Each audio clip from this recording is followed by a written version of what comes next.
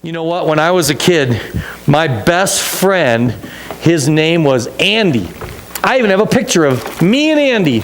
There's me and Andy. In fact, me and Andy is bad grammar. But I talked about Andy so much that I would say me and Andy this, and I would say me and Andy that. And my parents got so tired of correcting my grammar and saying, it's not me and Andy, it's Andy and I, that one day they sat me down and they said, Karl, we're going to make a family rule. We are going to allow you to say me and Andy because we're done correcting you. You can't say me and any other friend. If it's Peter or John or Joey, you have to say Joey and I, Peter and I. But with Andy, we give up. You can say me and Andy because you talk about him 80 times a day. We were best friends. We traded baseball cards together. We played Star Wars together. We did everything together, but we got one big fight. You know what our big fight was about? It was kind of funny. So this movie came out when we were kids, and it was called The Never-Ending Story, all right?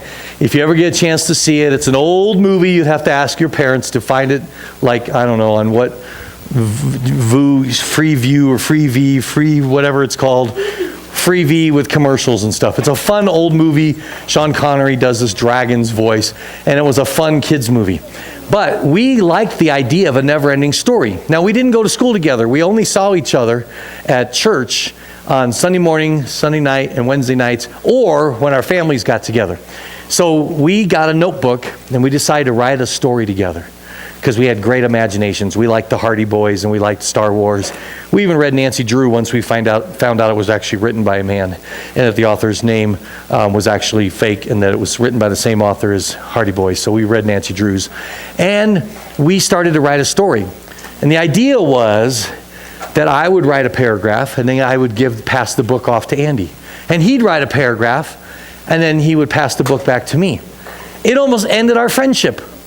Because I would write a paragraph and I would have all these ideas of where our story was going. And when Andy would get the book, he didn't like where I was going, and he would change the story and make it going another direction. And he'd introduce a character, or he'd have something change, and I would get the book back and I'd be like, no, he ruined it. I was trying to make the story go this way. And so I would rewrite the story, manipulating it all to go this way. And then we'd start writing. We were supposed to write a couple sentences. We'd start writing a whole page, trying to fix what the other person did. And then he'd get the book, and then he'd start ruining the story. And we got madder and madder at each other. And finally one day we were yelling and arguing about our story. And we finally said, you know what? This is ruining our friendship. Let's throw the book out and go back to being friends. Here's the point of my story. Andy and I were best friends. We liked all the same stuff. We never argued about anything, but we could not agree on a story. You know, here's what's cool, or I should say amazing, about the Bible. Andy and I could not write a story together, but the Bible was written over 1,600 years. Can you even get your brain around how long that is?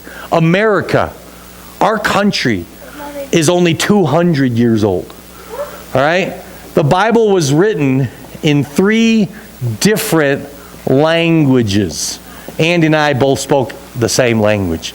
It was written on 3 different continents. All right? It was written by 40 different authors, most of whom never even met each other because of how much time it took to write. All right?